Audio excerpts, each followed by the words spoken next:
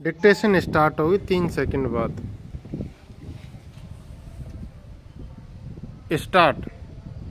व्यपहरण या अपहरण के लिए आवश्यक है कि कोई व्यक्ति किसी अन्य व्यक्ति को बल द्वारा विवश करके अथवा प्रवंचनापूर्ण साधनों द्वारा उत्प्रेरित करके ले जाता है, तब ऐसी स्थिति में अपहरण अथवा व्यपहरण का अपराध पूर्ण होता है।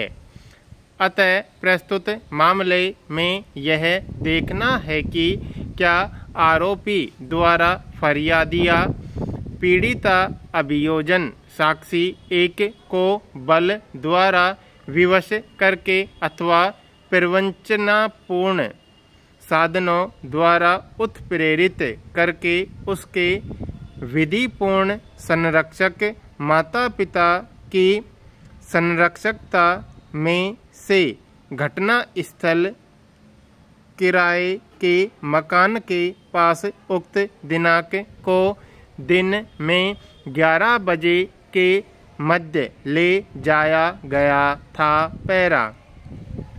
आज योग शास्त्र की शिक्षा यह दावा करती है कि उसने उन नियमों को खोज निकाला है जिसके द्वारा व्यक्तित्व का विकास किया जा सकता है।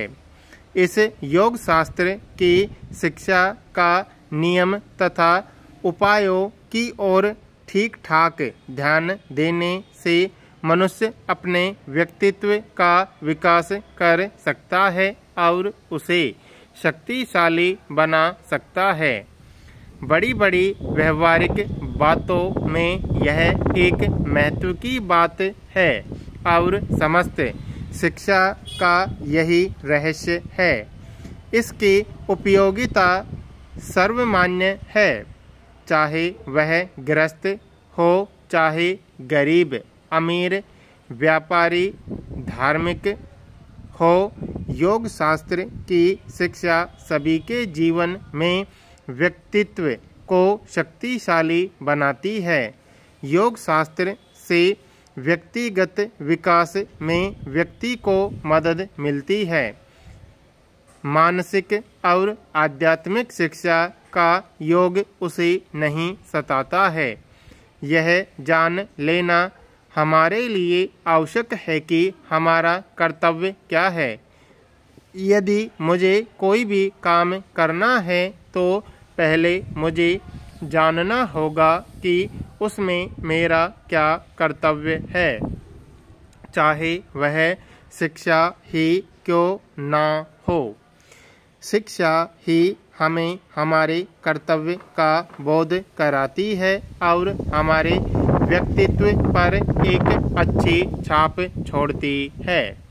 विभिन्न जातियों में, विभिन्न देशों में इस कर्तव्य के संबंध में विभिन्न धारणा है। एक मुसलमान व्यक्ति कहता है, जो मेरा कुरान शरीफ में लिखा है वही मेरा कर्तव्य है।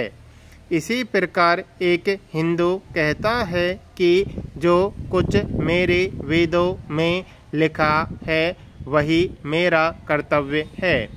एक ईसाई की दृष्टि में उसकी बाइबिल में जो लिखा है वही उसका कर्तव्य है। इससे हमें यह स्पष्ट होता है कि शिक्षा हमें हमारे कर्तव्यों का बोध कराती है। पैरा।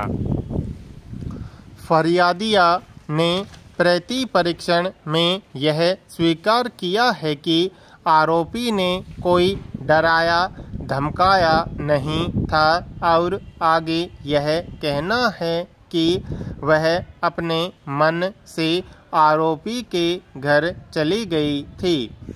फरियादिया ने यह भी स्वीकार किया है कि आरोपी ने शादी करने को नहीं कहा था। इस प्रकार आहत फरियादिया के आरोपी के विरुद्ध कोई भी ऐसे तथ्य प्रकट नहीं किए जिसके आधार पर आरोपी को संबोधित अपराध से दोषी माना जा सके।